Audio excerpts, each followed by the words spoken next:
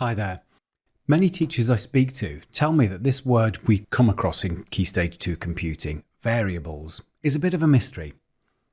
Some have a recollection of algebra lessons but aren't sure what it means in computing.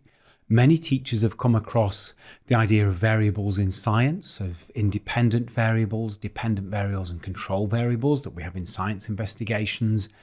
And some people have an idea that there might be a variable in computing. Let's look at a couple of examples to dig a bit deeper into this. So variables are simply things that can change or vary.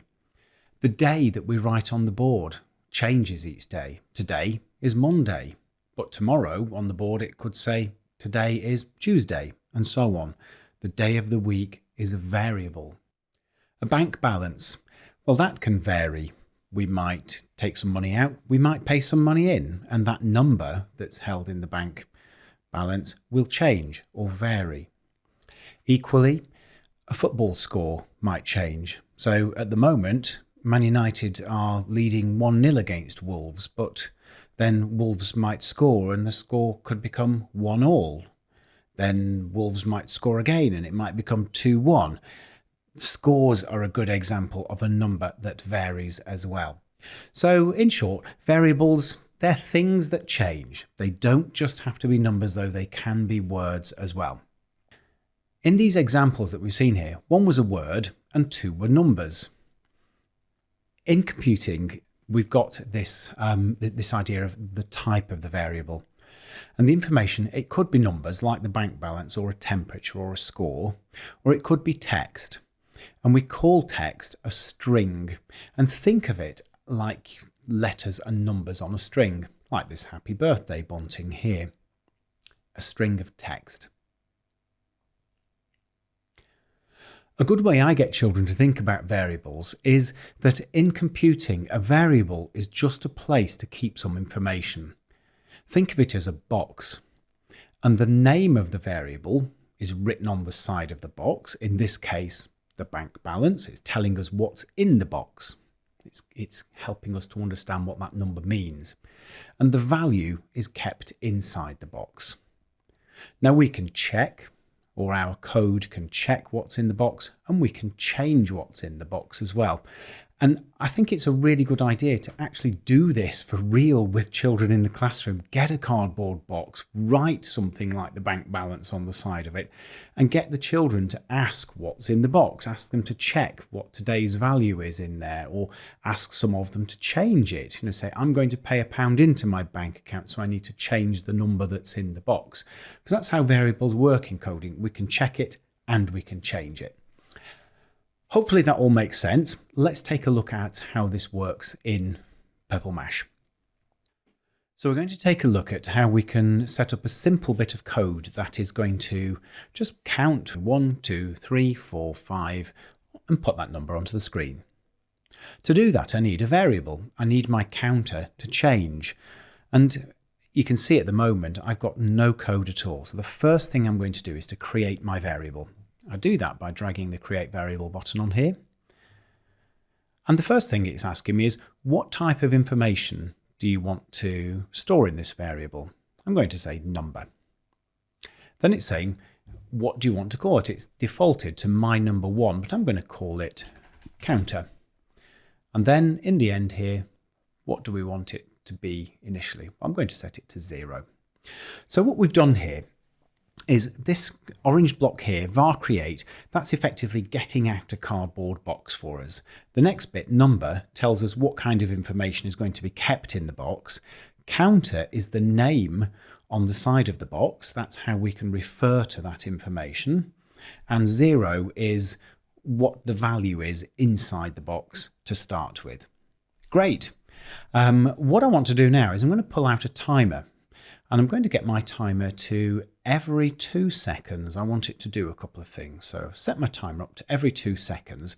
Now what I want it to do is to print onto the screen, let's say counter. So it's going to print whatever the value of counter is onto the screen. So what I'm doing here is I'm looking at what's in the box and putting that value on the screen. Now the next thing I want to do, in order to get it to count up, I need to change the value of what's in the box. And that's where I pick up this button here, change variable. I can drop it in here. It says, which variable do you want to deal with? Well, I've only got one, and that's called counter. And then I have options here. I can set it to something else. I can add something to what's already in there. I can subtract to that value, or I can multiply that value. I want to add to it. I want to get it to count up. So I want to get it to add 1 every time. So just looking at this loop here, what's it going to do in plain English? To begin with, I'm creating a variable, getting my box. I'm saying it's going to be filled up with a number. That's the kind of information. My variable name is counter. That's how I'm going to refer to it. And I'm setting it to 0. Then every 2 seconds, I'm going to look at the value that's in there and print it to the screen. And then I'm going to change the value that's in there by adding 1. So hopefully you can predict what's going to happen now when I press play. So over here on the left.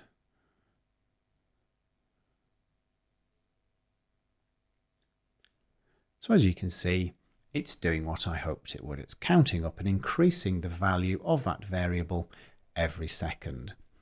Now, when you work with variables in code, you can see down in the bottom corner here, we have this box called Variable Watch. And in here, it's telling me that my counter is 21, that it's 22. Sometimes while you're working with a piece of code in the activities, you won't have the value printed on the screen like this all the time, and you might be wondering what's happening inside your code. What is my counter at the moment? Well, I can tell by looking here. Just show you. So if I actually take this out here, print to screen, let's just take it out and then press play. So I've got no way of telling up here on the screen on the console what its value is, but down here in Variable Watch you can see that number increasing, 5, 6, 7, and so on. So that's the very, very first way that we can look at how variables work. And within there, we did 2 things, didn't we?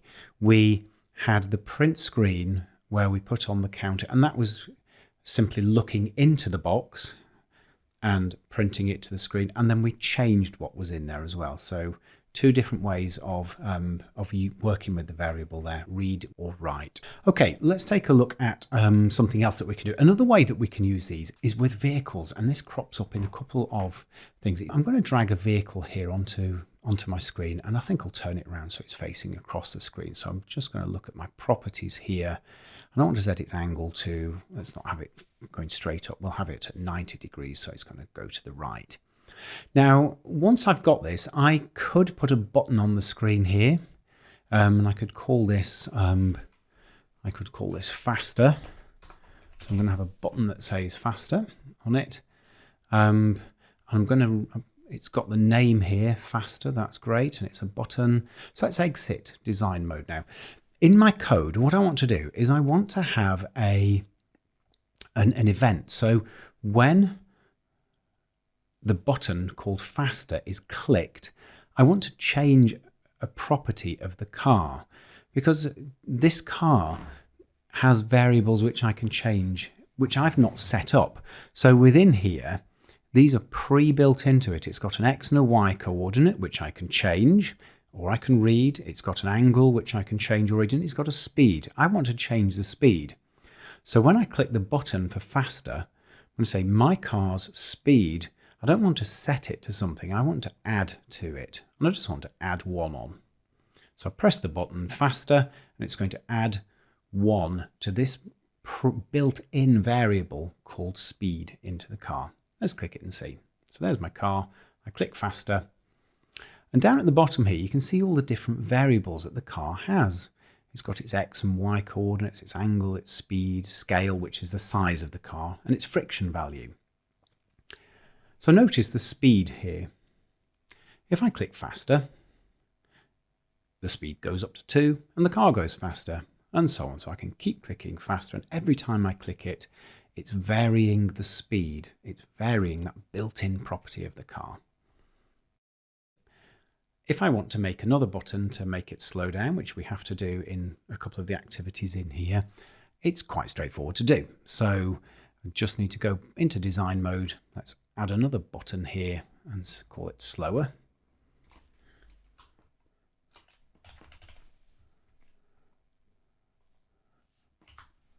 There we go. So onto here, I want another when clicked. So the same thing again, but this time I want to click the slower button.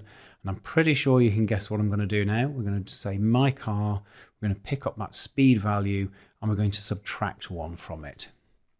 Okay, let's run that. So I press the faster button and the car can speed up. Just scroll down in variable watch so I can see it's now got speed 6. It's gone up to 24 now, so it's zooming along. So we press the slower button and it's working. It's bringing the speed down and I'm slowing the car down on the screen like so.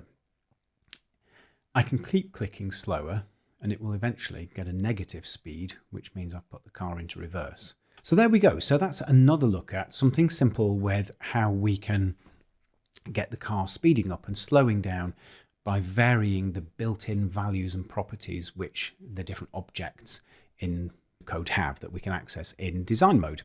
Another example that we can use, that we can see of this, comes in Guard the Castle in this activity here. And in this case, we're going to be looking at the X value of the knight when it's moving along. So to begin with, in the first stage here, we just make the knight move right, and that's all great. Now, that knight wanders off the job. He's not doing a very good job of guarding the castle because he's already gone home. So the next challenge in this is to get it to change direction when it goes too far to the right. And as with a lot of coding here, we have to read this challenge very carefully and really think about it in order to get this right. So saying make a timer that checks the knight's X position every second. So we know that timer is what controls the every second, and we need to make sure that we've got rid of the after and we've changed it to an every, and 1 second is right. We know that check means this if block here. So I'm going to pull that in and I'm going to make sure that this if block is triggered by the timer by putting it inside the timer block. Now we want to check the knight's X position every second. So we want to say if, and then we're going to click on knight and then X. And then reading this really carefully, it says if it is greater than 15, not equals, again, attention to detail that a lot of children can get tripped up by on here. So if the knight's X is greater than 15, then we'll make the knight go left. So what we're doing in here is actually reading a variable again, because when we tell the knight to go right, its X value is increasing all the time as it moves across the screen. When it reaches an X value of 15, or it's greater than a value of 15, this check will turn it round. Let's watch how it works. To make that happen, we didn't actually need to refer to variables at all, but we're still having to think about things changing and to work with things changing as well. So I think that's probably about as far as we want to go in this particular video. We're going to make another video on complexity, and in that video we'll look at creating variables and doing slightly more complex things with them, like you might expect with the year 5 and 6 curriculum, where complexity becomes more of a requirement. Thanks very much for watching, everybody. I hope you found it useful. Bye bye.